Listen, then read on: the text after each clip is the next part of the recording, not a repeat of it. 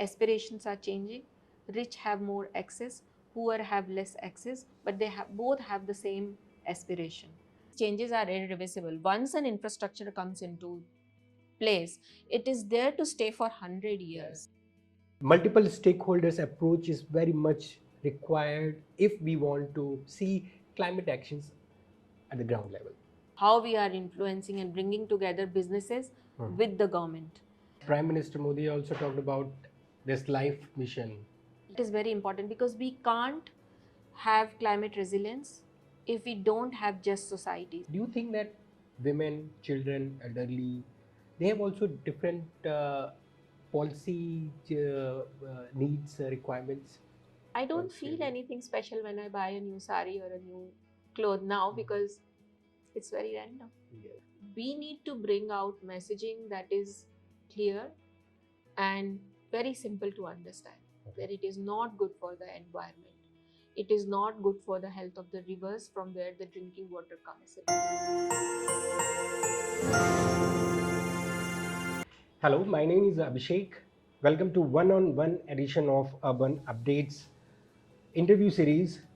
In this interview, we are discussing climate change and urban planning issues with Divya Sharma. She is Executive Director of Climate Group. She is an experienced professional in this field, having 20 years of experience. So we will start this discussion with her journey in this space, and also we will ask her question about the evolution of climate group and its importance in present times. So Divya, first of all, tell us about your journey in climate space and urban development. Thank you for having me here, Abhishek. It's very good to speak with you today. So, as you know, I am a trained architect and urban planner, and I started working as an urban planner initially in my career, and then I pursued my doctorate on urban adaptation, and that's where my journey with urban development and climate resilience began. I would give credit to my work at the Energy and Resources Institute, TERI, where I worked for around 9 years.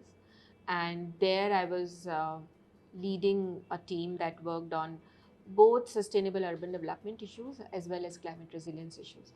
And those were the time when we were beginning to even realize, understand what resilience is, climate resilience is, and how does it impact cities. Um, and we were part of Asian Cities Climate Change Resilience Network, which was first of its kind initiative to look at what are the impacts of climate change on cities. How does it impact urban planning and urban management? What are the hazards and vulnerability, particularly in the city context? And how can we prepare climate resilience strategies to overcome some of those impacts? It looked into considerations like how infrastructure is being built, how cities are planned, also governance issues around what is the role of municipal corporations or urban local bodies, what do development authorities do, where does the master planning come into the picture when we are talking about planning for resilience, and the paucity or lack of policies in the urban domain to even look at some of the climate issues. So, starting from grappling with jurisdictional overlaps uh, and lack of policies and development regulations that could look at how disasters would impact the cities or how cities could prepare themselves to become climate resilient. Right. So, we started at that juncture. And now we've come a long way. Um, in my own journey, so basically starting from there, a lot of research work, a lot of implementation work, and then I entered into consulting. So at Oxford Policy Management, I set up their new practice on urban policy and planning, where we were looking at nuances, and the times had changed by that time. So we were looking at how do we bring in innovation in some of these aspects? How do we bring in innovation into climate resilience? How do we bring in innovation in urban governance, so to say, urban technological innovations to get to cities that are planned in a better way. So urban management, touching upon urban management. And from there, I came to Climate Group, which is about a mission oriented organization that works at various dimensions with various stakeholders. It's We are proud of our networks that we have created. We work very closely with big corporates and businesses. We work closely with subnational governments around climate action. And our premise is that we want action now. We want a lot of words have happened, a lot of reports have been written, but we are now about calling businesses for taking actions and in turn creating markets and demand for taking actions around ambitious climate targets. The systems that we work across are industries, energy, transport, food and built environment. And across these systems, these big businesses that we work with take very ambitious targets. When they do so, they not only influence the market and demand, as I said, but they are also creating um, impact and ripples down the line. So their ecosystem partners, their service providers, all of them get impacted in turn. So it's a big momentum that we are creating through our work at Climate Group. So Climate Group, can you tell us about the area that Climate Group covers? Are you spread across the world?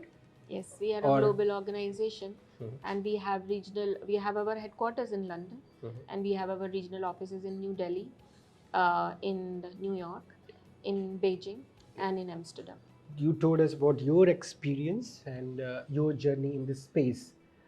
You're an experienced professional, and um, people like us, those who are covering this field, we would like to know the interplay Right. between local governments, business communities, and and other stakeholders which may be required to engage in this space, because multiple stakeholders approach is very much required if we want to see climate actions at the ground level.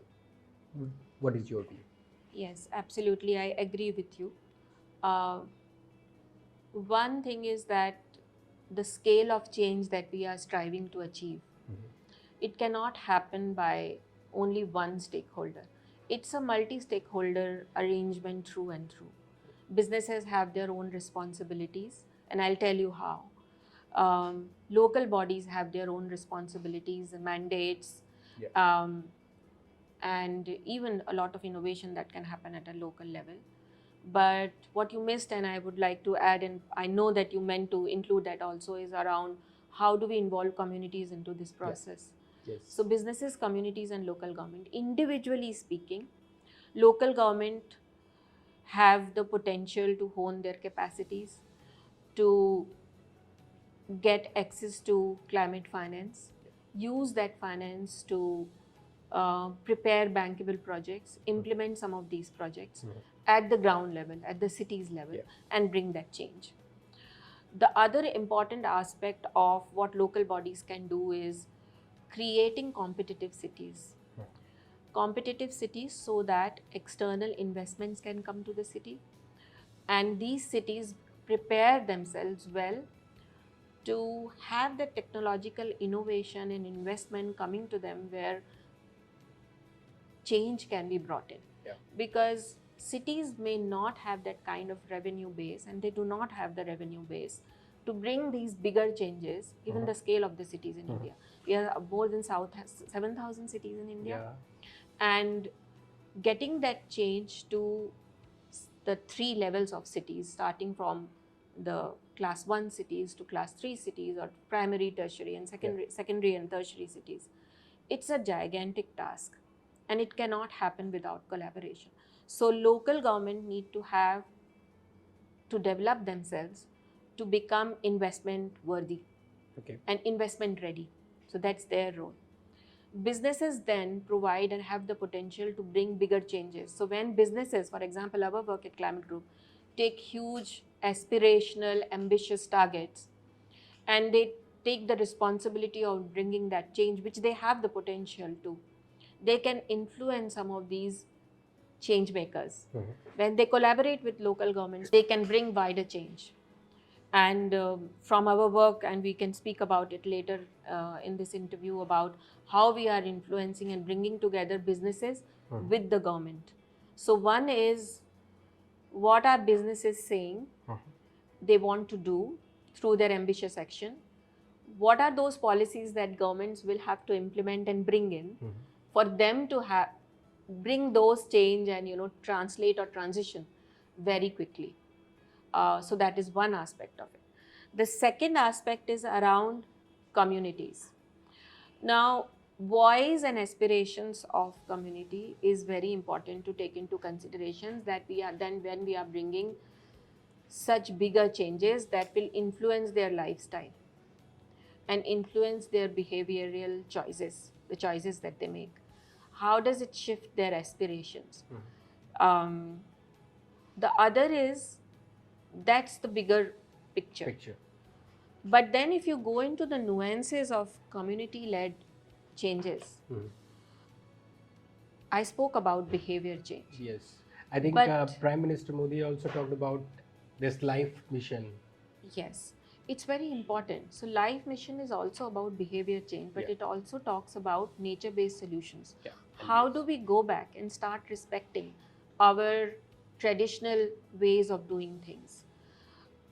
Also reminding us that in the wake of modern lifestyles, Yeah. how we are forgetting about our own traditional values and lifestyle, which is much more environmentally sensitive and benign than the new way of living. Okay.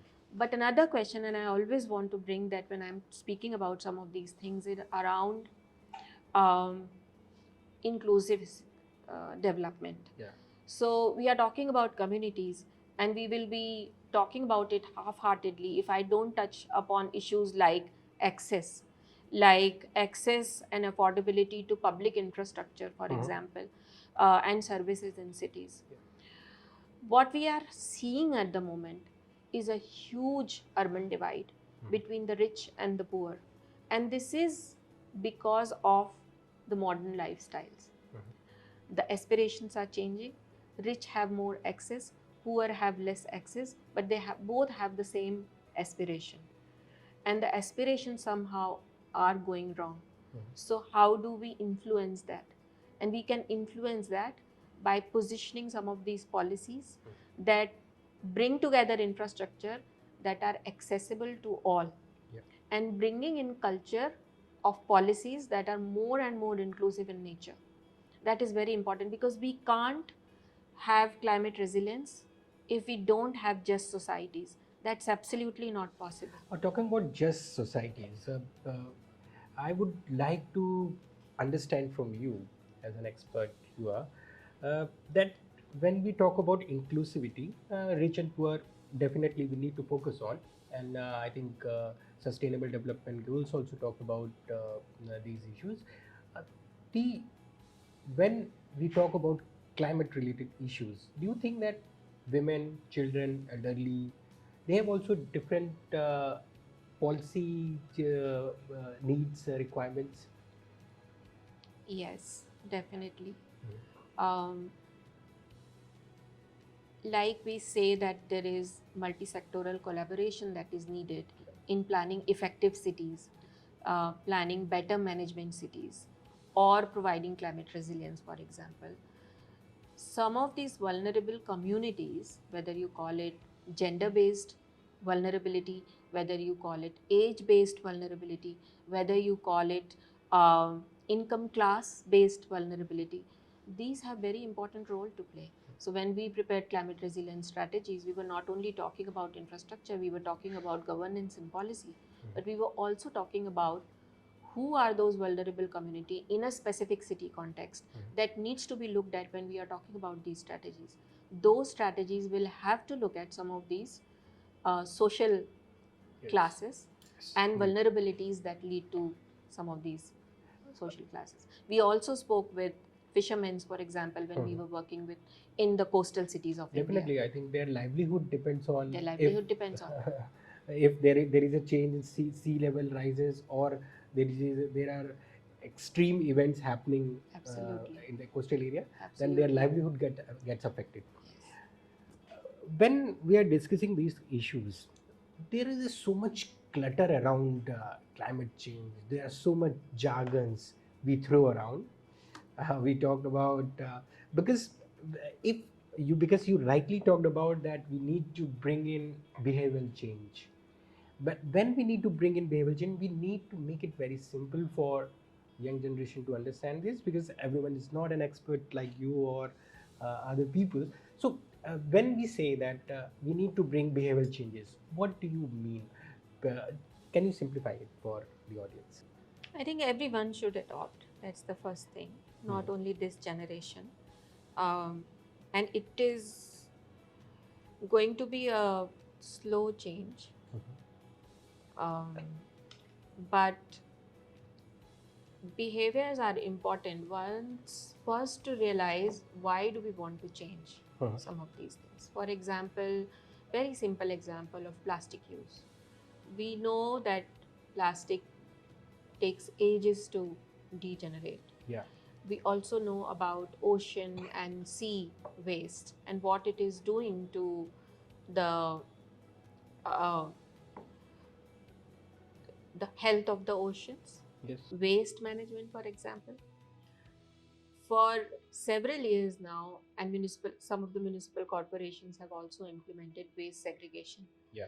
That is very important because some of the things that can be easily biodegradable can be then taken forward. um, we can also produce energy Mhm. from waste now. So we need to look at, because of the modern living, we are using a lot of packaged items, Mhm. and there is a lot of plastic that is generated from Indian households. Mhm. Some of the behavior change around waste segregation needs to be inculcated. It is very simple, and there has been a lot of awareness generation that has happened. But the behavior change is the important part of it. One is Yeah. enforcement. For example, in Delhi, we have enforced non-usage of plastic packages. Mhm. When you go to the shop, you must carry like mother dairy, etc. They don't allow you to. They don't give you a plastic. They always ask you to bring your own bag. Mhm. So use of cloth bag, for example. So some of these nuances, very simple examples of behavior change that needs to happen. Either it happens through enforcement or by choice. And it will happen by choice when, as you very correctly said, people understand why this is being asked. Mhm. The other thing is that in a country like India, where there is a variety of population that may or may not understand the nuances of climate, the nuances of what does plastic degeneration means, we need to bring out messaging that is clear and very simple to understand, that it is not good for the environment. It is not good for the health of the rivers from where the drinking water comes. It is not good for the oceans from where you take fish and eat. Yeah. It will poison the fishes, and therefore it might poison the food The that you food. are eating. And for a long term, it is not good for the earth itself, because where will all this go? That is why mission life is important, because it talks about traditional ways of living, traditional ways of, for example, managing our waste. Mhm. Because Indian household traditionally were zero waste households. If you go back to few years back, few decades back, we were zero waste households. But look at our households now. In the wake of modern living, our households are really very wasteful households. Mhm. The other important thing is resource efficiency, use of water. Again, you can make very clear distinctions and comparison between how we used to store water in the previous days, Mhm. how we used to recycle some of the waters in the previous day. None of the water from the kitchen was wasted. Mhm. I remember from my grandmother's days as well. Mhm. We had ways and means and traditional lifestyles where we used that water in the gardens and around the kitchen gardens, right?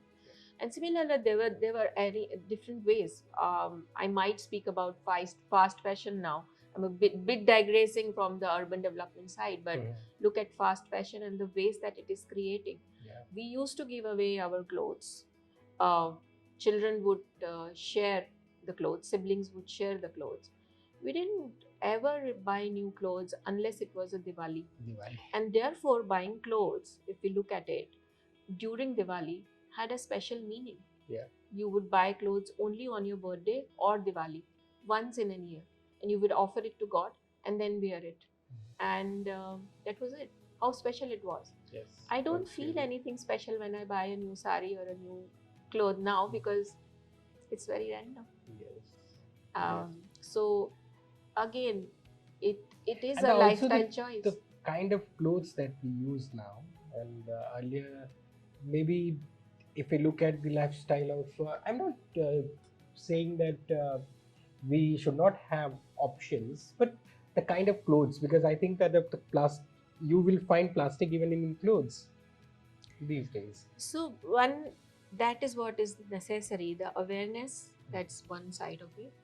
Uh, what is the market producing is coming from the demand that is generated. Mhm.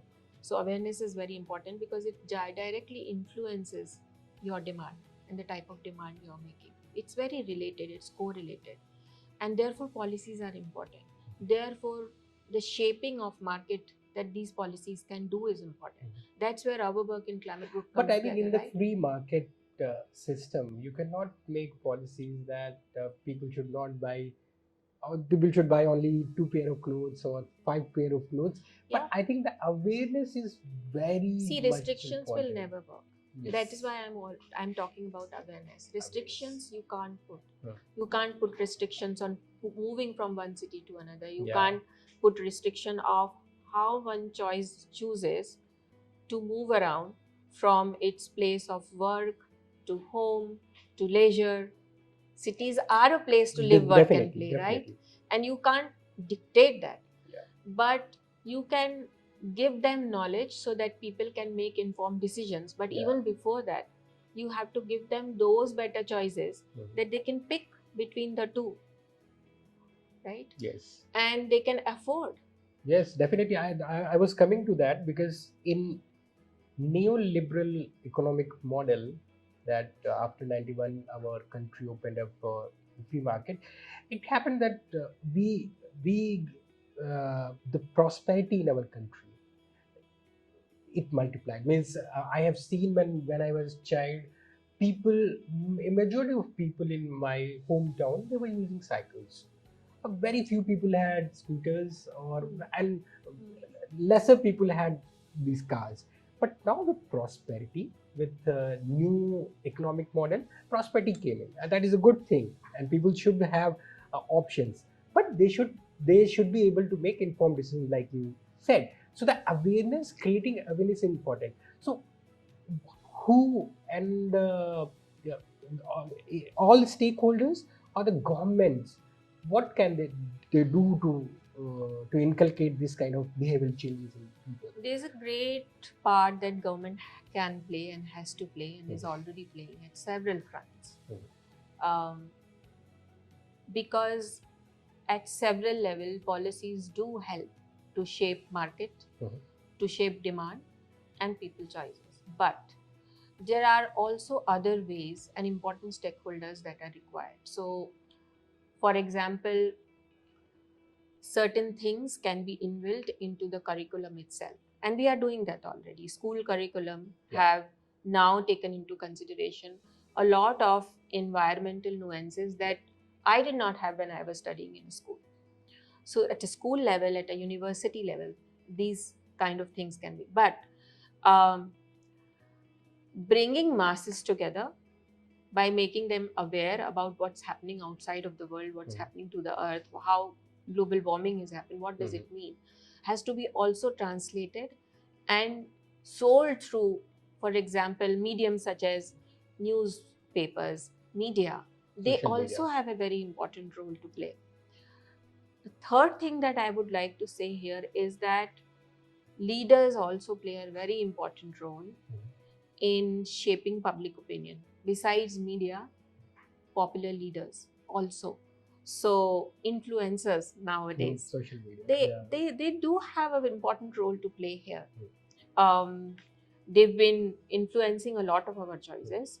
I think partly this is also a task that some of these people can do and have a greater role to play, because they have the reach to the audience that the scale can be impacted, the scale of change can be impacted. It is no less than a movement that one has to create at this moment if we want to bring in change at scale and at pace. Both of these things are important because the scale is huge and the pace is very, very important. So, net zero target, for example, India's net zero target, for example, 2070, 40 years from now. But there are several interim targets that are as close as 2030, on which there is a bearing that we will achieve our net zero target by 2070. I was reading somewhere because you talked about net zero targets of countries.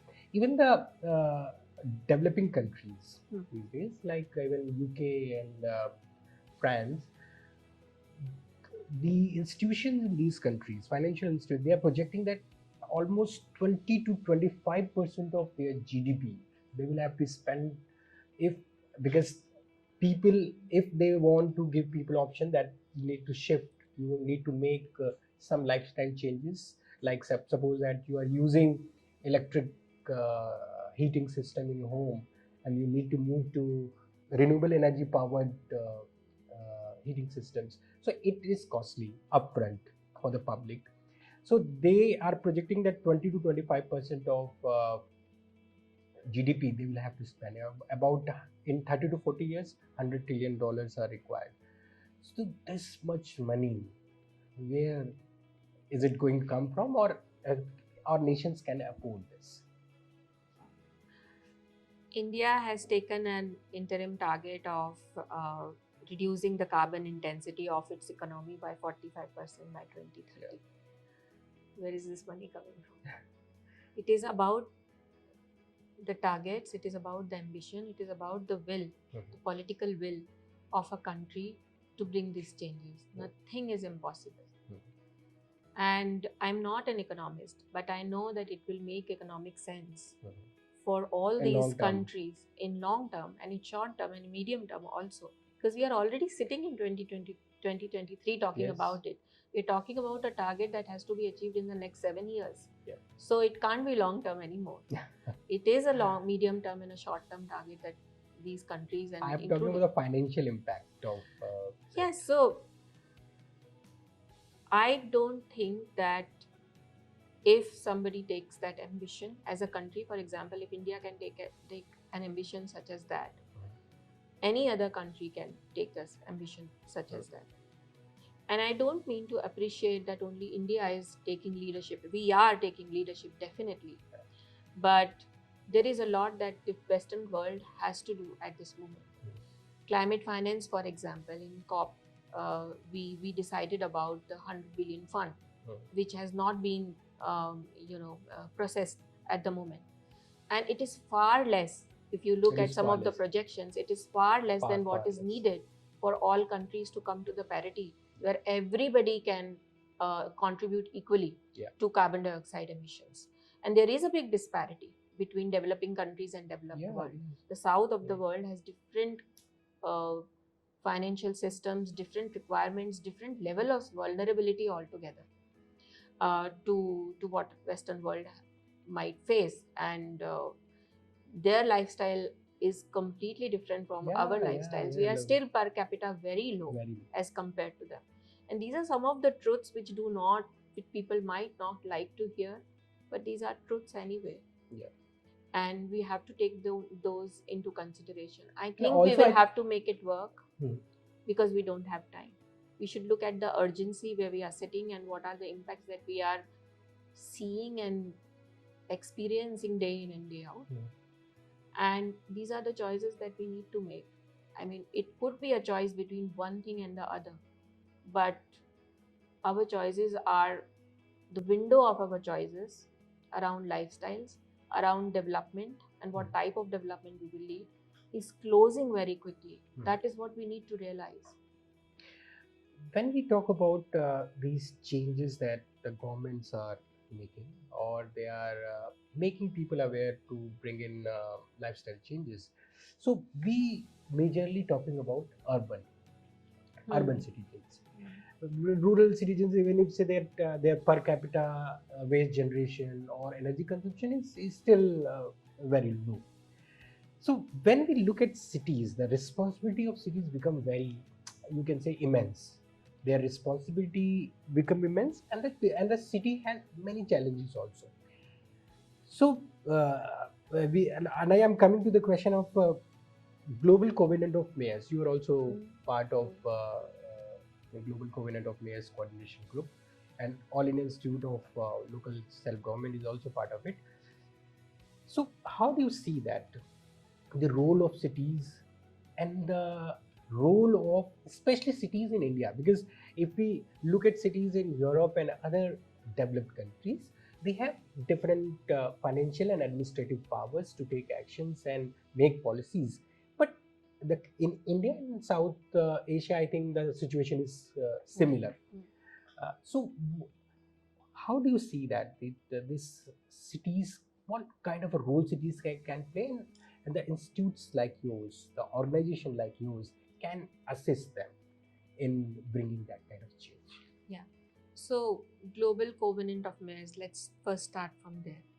I think it's a great forum, um, leadership forum, which has the potential to use political leadership to bring in wider and bigger change. And who else than the politicians of today will have the influence over different stakeholders, variety of stakeholders? That's one thing. The second thing is then, as I said, we have a huge and big task of addressing the scale and complexity of the problem of climate resilience, urban development, urban management, and climate resilient cities taken together. This complexity can very well be tackled, or partially it can be tackled through bringing all these collaborators together who have the potential to influence. Like we work with big businesses, they have the potential to bring in money, they have the potential to materialize some of the technological innovations, and hence influence innovation in technology so that transition can happen quickly.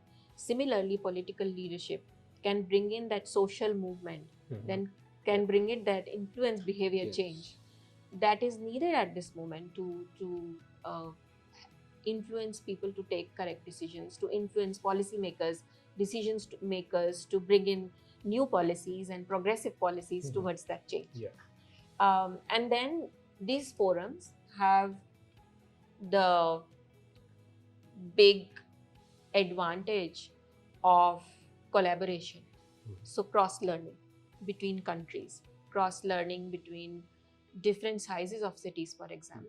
So, one is a developing city or a secondary city that should not necessarily repeat the mistakes that a current cosmopolitan or metropolitan city has made. And these changes are irreversible. Once an infrastructure comes into place, it is there to stay for 100 years. And these mistakes could be very costly. And resilience of infrastructure is as important as how that infrastructure was built, how green that infrastructure is. Because retrofit is expensive. So we were working with buildings, for example, in my previous work.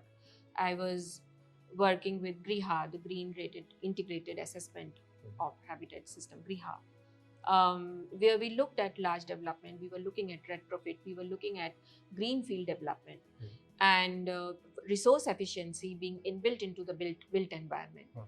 All these things taken together have multiple jurisdictional overlaps when it comes to institutional mechanisms.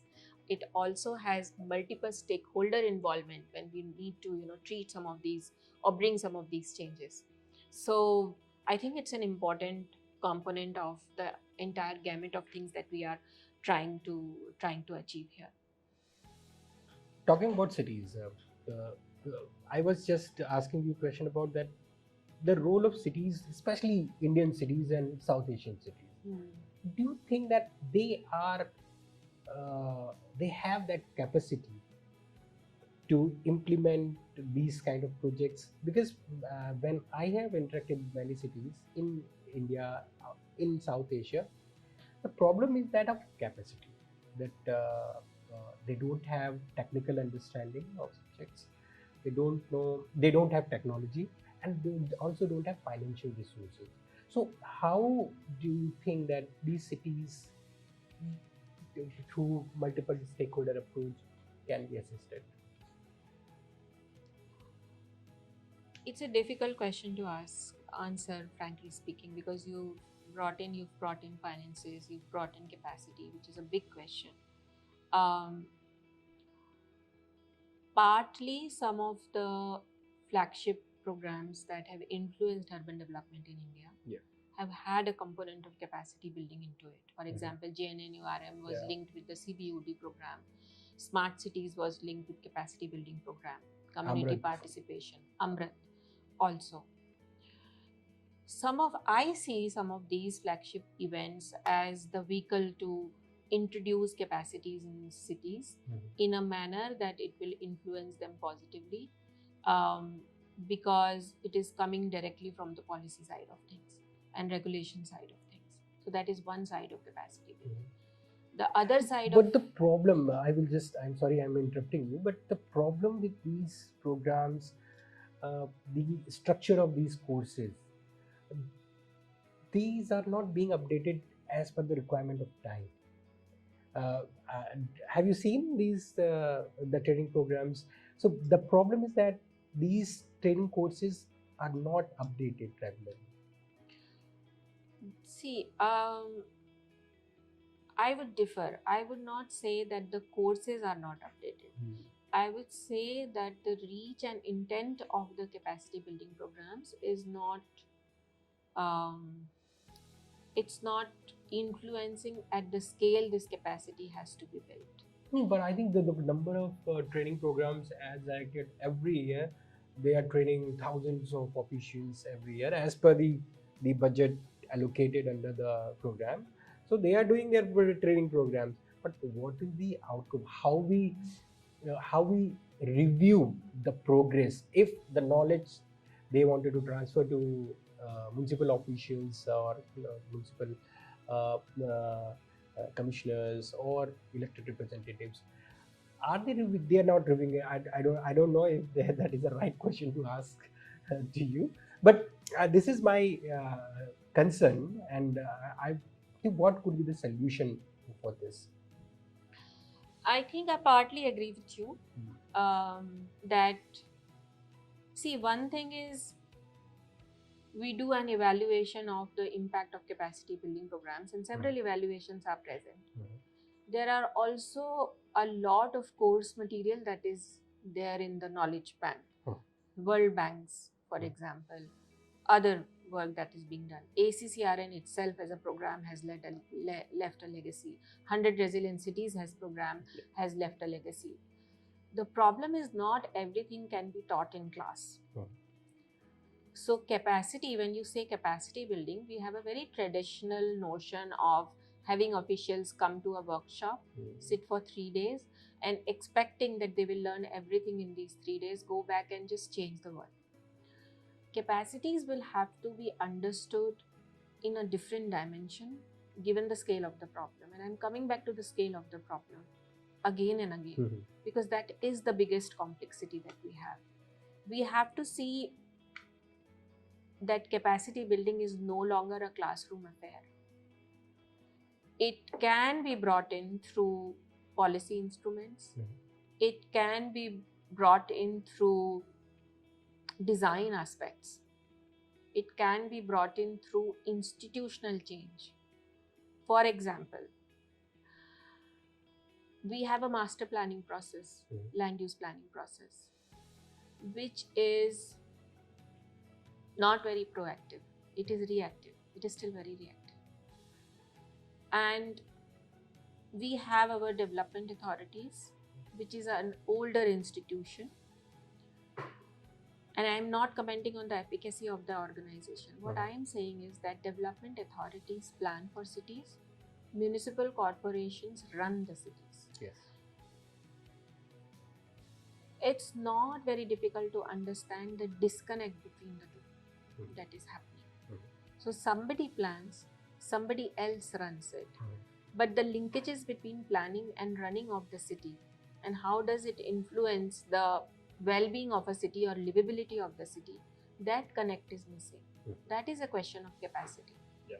That needs to be tackled, and that is where we are failing, if I may say that. So I think these are the policy levers that These are the policy levers that need to be addressed considered. and Yes.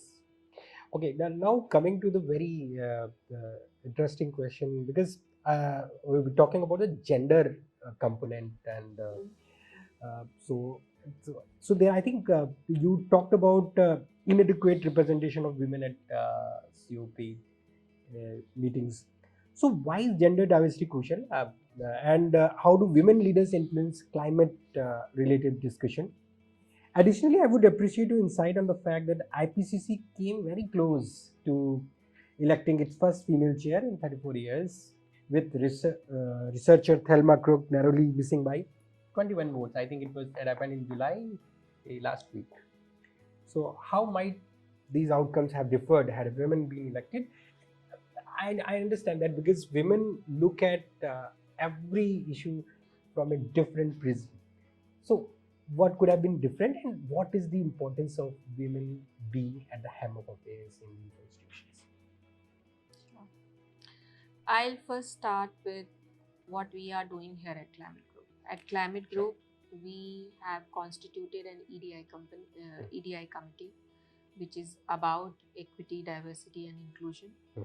It not only talks about gender, but it also talks about how people understand the diverse cultural backgrounds, their traditional backgrounds, and learn to work with them, but also learn what they bring to the table.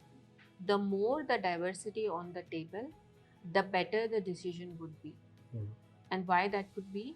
Because the decision would be made to be tailored to most of the masses. So what I was talking earlier about rich and poor demand, the rich and poor divide, is actually a result of not having policies that had diversity in its understanding and implementation. Diversity of stakeholders, diversity of people who will be influenced by some of these policies and decisions. That one and broader aspect of it. In Climate Group, 50% of the regional leaders are female. Our percentage of female employees in Climate Group is far, far more than the male colleagues. Almost 75% are female colleagues. Now, what is this doing to the organization? And I'm giving you example because this is a lived example. The diversity and richness that it brings to institution is very important. Right. Because we are a mission-oriented organization. It also provides opportunities, and we have policies and environment that help women to thrive in our company, in an organization such as this. So this is a replicable potential, and it will bring all those benefits that we are seeing from our organization. It creates more work-life balance when you have females, when you have that understanding of what does it mean to have a female, and how does different life stages of a female will influence her work pattern. So these are simple internal things that I am talking about. Externally speaking, if I may say, females are inherently better managers. We bring more values. We are value driven. Females are value driven in whatever they do.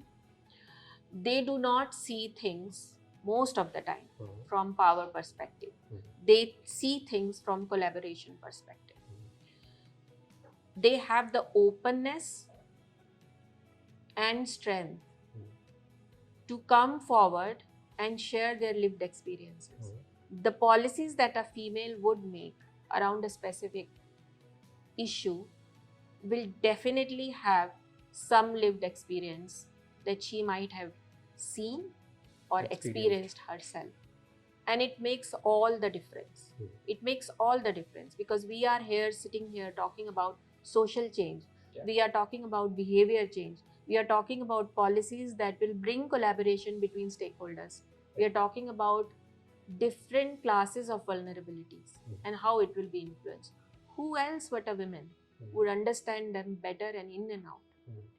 And I propose that we should have females in positions of power, in positions where they can influence some of these decisions. Because I can guarantee we will see a different world if we had more women around us in these powerful positions, in leadership positions. Can you give some examples that women being at the helm of affairs and it brought some significant changes in the system, in policy, or in implementation of any program? So many examples. I mean, if I talk about one and I don't talk about another, it will be just very unjust. But if you still want to know, I'll just give you one example, and this does not mean that there are no better examples or No, I'm just you know want to globally understand there are no how, dearth of female leaders definitely. and the change that they have brought. But very specific example around urban resilience, because we started this Yes. conversation around that. You must know that Surat city Yeah. has done some tremendous work on climate resilience. They established a trust fund, the first of its kind in any municipal corporation. A lot of cities that were part of Asian Cities Climate Change Resilience Network, and later on hundreds of resilient cities, and even today, new resilience parameters and work that is being done in India today, including climate smart cities, which is led by the Ministry of Housing and Urban Affairs, have learned at some point of time what Surat did 10 years, 15 years back. It was all led by a female municipal commissioner. She was the one who came forward and fought with the system itself to bring some of the changes that had never happened in the history of municipal corporations, in the history of urban local bodies in India. And we have several other mayors who we worked with, and I can speak about these ladies because I worked with them. In Gorakhpur, we worked with a female mayor who gave us all the flexibility and independence to work with communities, to work with local bodies, to have workshops, to tell them, answer their questions, but also to tell them what are we there for, that what would a climate resilience strategy do to their city planning and urban management. I mean to ask this question because I just wanted to understand that when women leaders, especially like mayors or commissioners in city, they look at the problem differently. So I just want to understand how do they see any problem differently, like you told about Surat example. The similar, I wanted to understand that. Thank you for telling us that story, because I have seen even I think today also I think Surat has female mayor uh, today also when we are talking. Now, coming to you talked about climate groups experience and having women at the helm of place in different We have a departments. female CEO as well. Okay. And our CEO is also a female. So that's nice to know. But uh, in urban space, when we are talking about Yes. female mayors and they taking decisions, how do they plan cities differently? Because why I'm asking these questions, women when they come to cities, when they access opportunities, economic opportunities, the problem is that the many a times when we discuss with women coming to cities, the safety becomes a very major concern for them when they are going on. So when women at the helm of affairs, so how do they look at this problem and try to solve that? Because of their lived experience, it's a very simple answer. If I think from moving from point A and B at 10 p.m. in night in a city like Delhi, my plan would be completely different from a male of my age Mhm. who would plan his travel at 10 p.m. in a city like Delhi from point A to B. Do you agree or not? Yeah, of course. I do agree. If I were then in a policy making position to create safe roads for cities or safe public transport for cities, who would have better understanding of how to make those cities safer? Me or the male counterpart? Definitely. I would. I It's think as that simple is as the that. reason in Delhi when Sheila Dikshit was chief minister. So these when metro was getting built and metro had special coaches for women, I think that that was quite uh, maybe the reason of her lived experience. Nice to know. Talking about metro, we come to the urban mobility issue because when we talk about emission, the urban mobility contributes a huge chunk of it. So, how do you see that when we discuss climate issues and because if we look at the your initiative, that is ZEV, ZEV Yes, communities, ZEP community. is actively involved in expediting the adoption of electric vehicles in Maharashtra and Delhi. Yeah. Can you provide some details about this initiative and how it's working? Yeah, sure. So, ZEV Community or Zero Emission Vehicles Initiative, it's an intergovernmental platform. It is created to catalyze the vertical integration of policies through knowledge exchange and experience sharing. Um, and it is supported by Scottish Government and Climate Works Foundation, and it is co-hosted by the Under 2 coalition that Climate Group is a secretariat of. And I'll speak about it a little bit. And ZEV Alliance in partnership with C40 cities, and also US Climate Alliance. So this partnership is leading this initiative, and this initiative actually helps government at various levels. One, it helps governments to develop EV infrastructure. It helps government to look at the upfront cost of deploying electric vehicles. It helps them to raise public awareness, set ambitious targets, government taking those targets. Conversion of fleets from normal to electric, and implementation of innovative policies that can help make this change. In parallel, we have a business campaign called EV100, where companies take target to transition their entire fleet to EVs by a specific target year. So, the likes of Flipkart, Zomato, Mindspace, they are our members of electric EV100. And these are like big, huge businesses that when they start buying EVs to transition their entire operation, it's called EV100. It's an absolute 100% change. They actually are buying so many EVs, and therefore the market demand, they are increasing the demand for electric vehicles, reducing the cost, bringing in more technology, so seeking more technologies that can come up. And then they ask for infrastructure. So I'm buying EV, I want a charging station. That is how they influence. What we are doing in Delhi and Maharashtra is to bring in ZEV community together with our EV100 campaign. So bringing in basically businesses and government together to work in tandem to achieve their respective targets. So we have state EV policies. Our initiative helps some of these state governments to overcome the challenges that they have to face, but also to achieve their targets. So this is in nutshell about the ZEV initiative. You were also talking about Under 2 coalition. Yes, so Under 2 coalition is a coalition of about 270 subnational governments. Climate Group is a secretariat. These governments come together and take ambitious climate action. So 40% of Under 2 coalition state governments have taken the target of achieving net zero by 2040. In India, how many states are? We have 8 state governments who are part of Under 2 coalition. We work with several other state governments around climate action.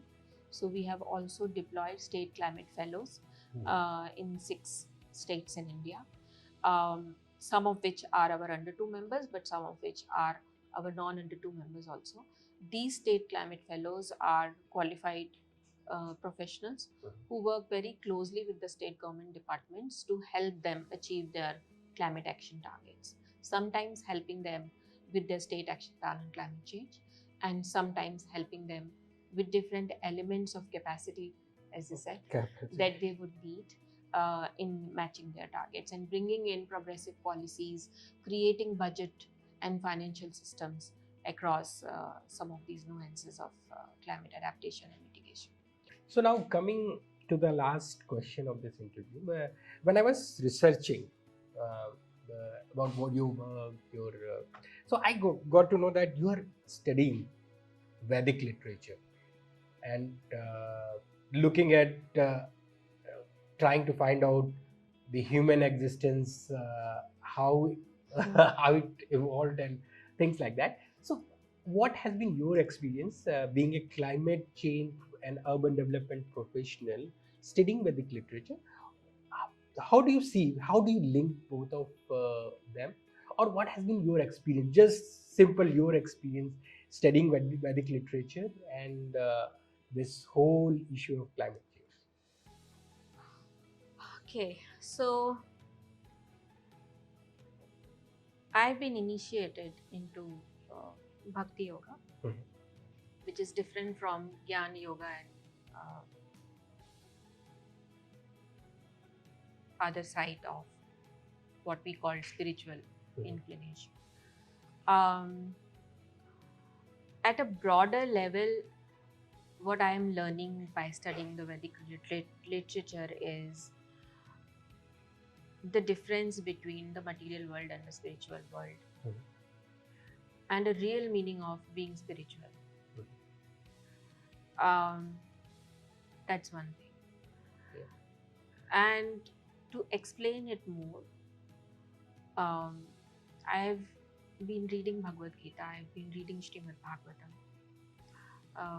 I've been reading something called Jaiva Dharma, which tells about the journey of a jiva and where do we fall in the entire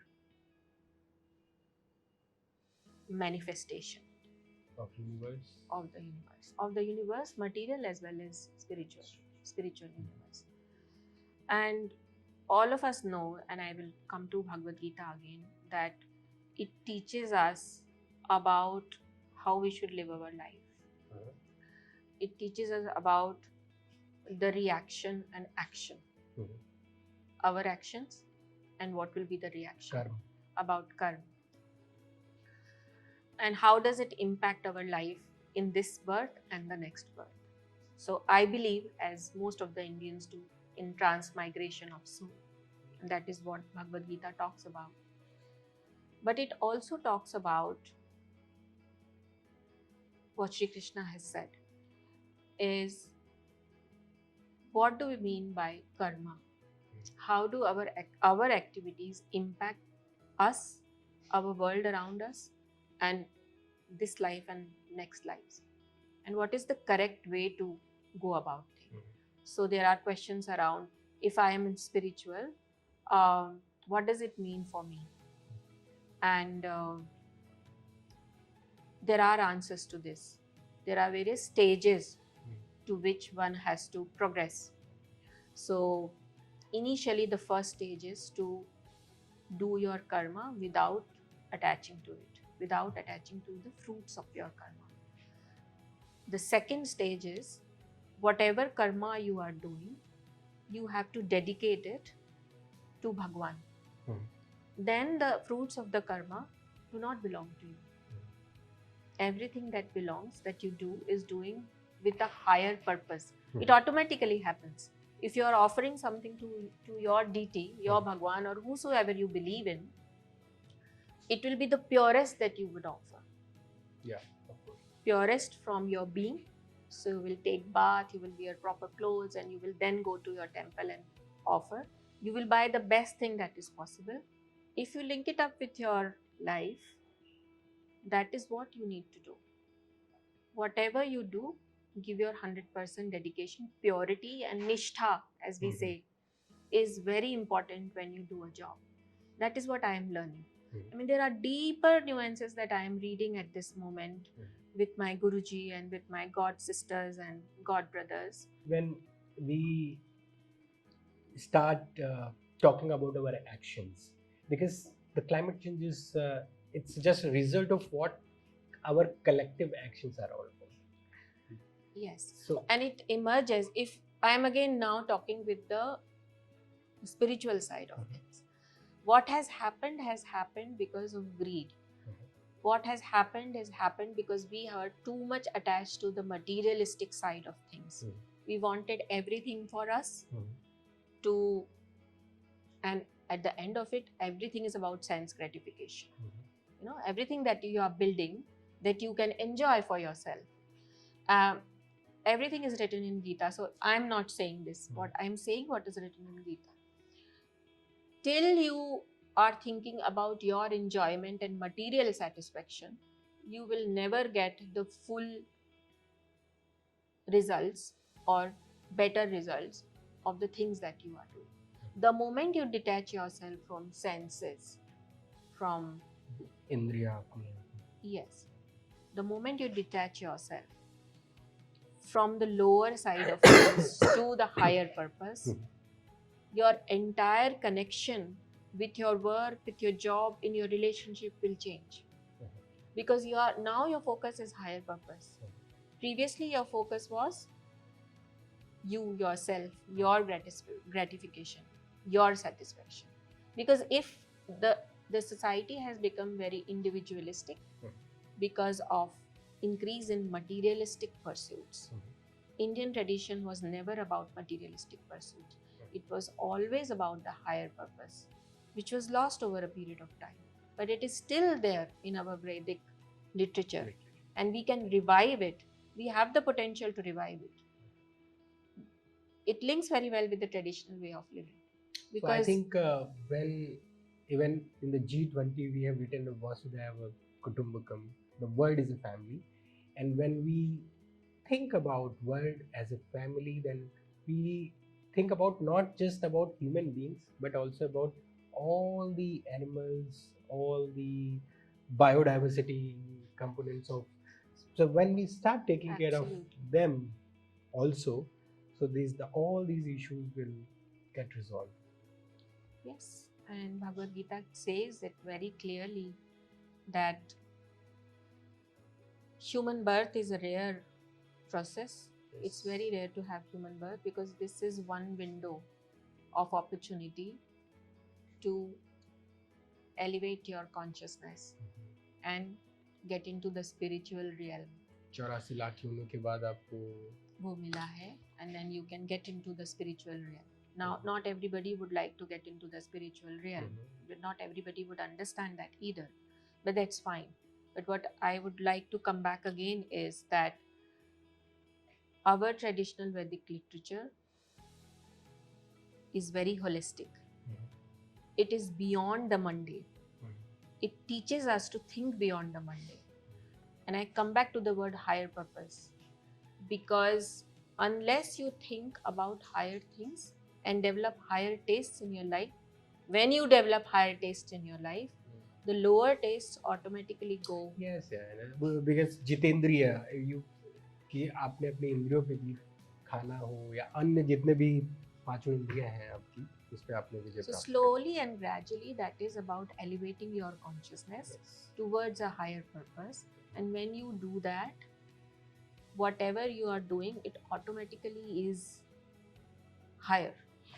Definitely. Thank you for your answer to this question, because I think that if we look at these problems of climate change and urban issues also, if we are not individualistic in our choices and we talked about behavioral change and everything, so I think the fundamental the core of all these issues is within the humans itself, because if they can bring in these changes and think about everyone, think about even the plants and the animals and insects and everyone, I think that all these problems will be solved. Thank you for your time, Divya, and it was very nice talking to you and talking about the Likewise. different aspects of urban development, climate change, and also about lastly about the higher purpose in life. Thank you so much. Thank you, Abhishek. It was great Thanks. talking to you today. Thank you.